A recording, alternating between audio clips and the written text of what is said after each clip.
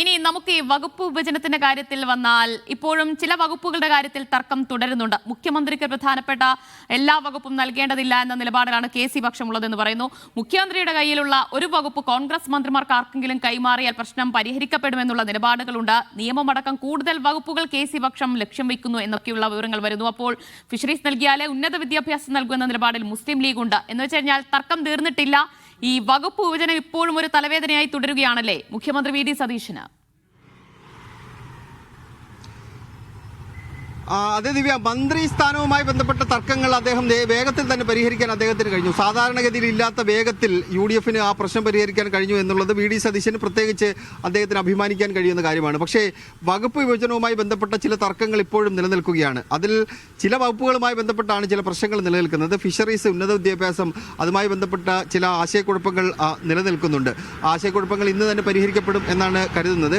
അതിനിടയിലാണ് കെ.സി. പക്ഷം പ്രധാനപ്പെട്ട മറ്റു ചില വകുപ്പുകൾ കൂടി ലക്ഷ്യം വെച്ചുകൊണ്ട് രംഗത്ത് വരുന്നത്. മുഖ്യമന്ത്രിയാണെന്നുണ്ടെങ്കിൽ അദ്ദേഹത്തിന് വളരെ പ്രധാനപ്പെട്ട, കേരളത്തെ പൂർണ്ണമായും നിയന്ത്രിക്കാൻ കഴിയുന്ന തരത്തിലുള്ള പ്രധാനപ്പെട്ട വകുപ്പുകളെല്ലാം കൈയാളുന്നത് മുഖ്യമന്ത്രി തന്നെയാണ്. പൊതുഭരണം അദ്ദേഹത്തിൻ്റെ കയ്യിലാണുള്ളത്. അതിനൊപ്പം തന്നെ ധനകാര്യം അദ്ദേഹത്തിൻ്റെ കയ്യിലാണുള്ളത്. തുറമുഖം കേരളത്തിൻ്റെ വികസനത്തിന് ഏറ്റവും പ്രധാനപ്പെട്ട പങ്കുവഹിക്കുന്ന വകുപ്പായി അത് മാറിക്കഴിഞ്ഞു. അദ്ദേഹത്തിൻ്റെ കയ്യിലാണ് അതുള്ളത്. നിയമം എന്ന് പറയുന്നത് കേരളത്തിൽ ഓരോ ചലനങ്ങളും ഉണ്ടാകുമ്പോൾ, നിയമപരമായ എന്ത് ചലനങ്ങളും ഉണ്ടാകുമ്പോൾ, എന്ത് തീരുമാനങ്ങളും എടുക്കുമ്പോൾ അതിനകത്ത് ഏറ്റവും പ്രധാനപ്പെട്ട ഭാഗമായി മാറേണ്ടത് നിയമവകുപ്പാണ്.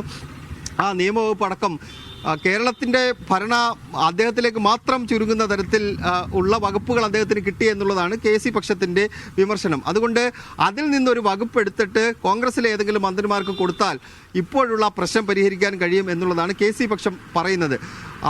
24 മണിക്കൂറിനുള്ളിൽ അത് കൊടുത്ത് ഗസറ്റിൽ വിജ്ഞാപനം ചെയ്ത്, പോർട്ട്ഫോളിയോ കൈമാറി ഗസറ്റിൽ വിജ്ഞാപനം ചെയ്ത് അത് ആ വകുപ്പായിട്ട് പുറത്തിറങ്ങേണ്ടതാണ്. പക്ഷേ അത് ഇതുവരെ കഴിഞ്ഞിട്ടില്ല. അങ്ങനെ ചില തർക്കങ്ങൾ നിലനിൽക്കുന്നുണ്ട്. ചർച്ചകൾ ഇപ്പോഴും നടക്കുകയാണ്.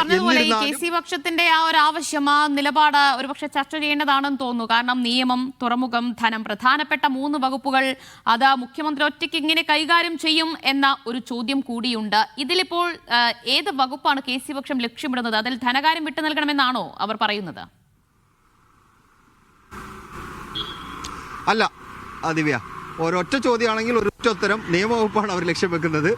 നിയമവകുപ്പ് ലക്ഷ്യം വെച്ചുകൊണ്ടുള്ള ചില നീക്കങ്ങളാണ് കെ.സി. പക്ഷത്തിൻ്റെ ഭാഗത്ത് നിന്ന് ഉണ്ടാകുന്നത്. നിയമവകുപ്പ് വേണം എന്നുള്ള ആവശ്യം പരോക്ഷമായെങ്കിലും അവർ ഉന്നയിക്കുന്നുണ്ട്. ധനകാര്യം എന്തായാലും വി.ഡി. സതീശൻ വിട്ടുകൊടുക്കില്ല.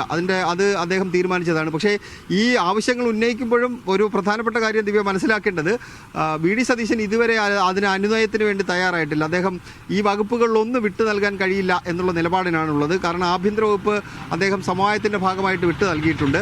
ഇനി ഒരു വകുപ്പ് വിട്ടു നൽകാൻ കഴിയില്ല എന്ന നിലപാടിൽ തന്നെയാണ് വി.ഡി. സതീശനുള്ളത്.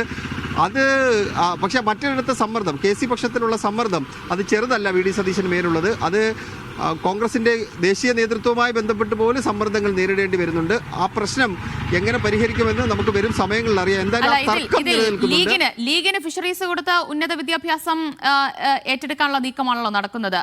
ഫിഷറീസ് കൊടുക്കുമോ ലീഗിന്?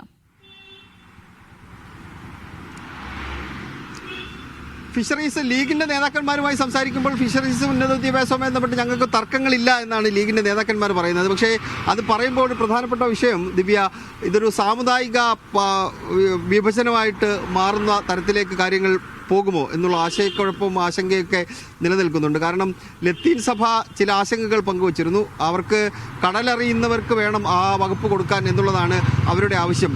ലീഗിൻ്റെ മന്ത്രിമാർക്ക് എന്താണ് കടലറിയില്ലേ എന്നുള്ള ചോദ്യം ഒരു സാധാരണ മനുഷ്യൻ ചോദിച്ചാൽ അതിനുള്ള ഉത്തരവില്ല എന്നുള്ളതാണ് വേറൊരു പ്രധാനപ്പെട്ട കാര്യം. എന്തായാലും അതിനകത്ത് ലത്തീൻ സഭയുടെ ഒരു ചെറിയ സമ്മർദ്ദം അവർക്ക് മേൽ ഉണ്ട്, കോൺഗ്രസിന് മേലുണ്ട്. ഇന്നലെ മുഖ്യമന്ത്രി ആയ ശേഷം വി.ഡി. സതീശൻ കണ്ട പ്രധാനപ്പെട്ട ആൾക്കാരുടെ ലത്തീൻ സഭയുടെ അധ്യക്ഷനായ തോമസ് ജെ നെറ്റോയാണ്, ബിഷപ്പിനെയാണ് തിരുവനന്തപുരത്ത് പോയി കണ്ടത്. അപ്പോഴും ഈ പറയുന്ന ആൾക്കാർക്ക് ആർക്കെങ്കിലും, ലത്തീൻ സമുദായവുമായി ബന്ധപ്പെട്ട ആർക്കെങ്കിലും അത് കൊടുക്കണം.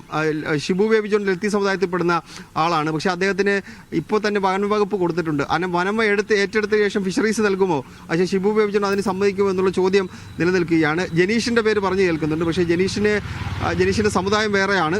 എന്നിരുന്നാലും ജനീഷിൻ്റെ പേരും പറഞ്ഞ് കേൾക്കുന്നുണ്ട്. ഇപ്പോൾ സമുദായം പറയുകയല്ല, എന്നിരുന്നാലും ചില ആശയക്കുഴപ്പങ്ങൾ അതിനകത്ത് നിലനിൽക്കുന്നുണ്ട് ദിവ്യ. അത് ഉന്നത വിദ്യാഭ്യാസവും ഫിഷറീസുമായി ബന്ധപ്പെട്ട് തന്നെയാണ്.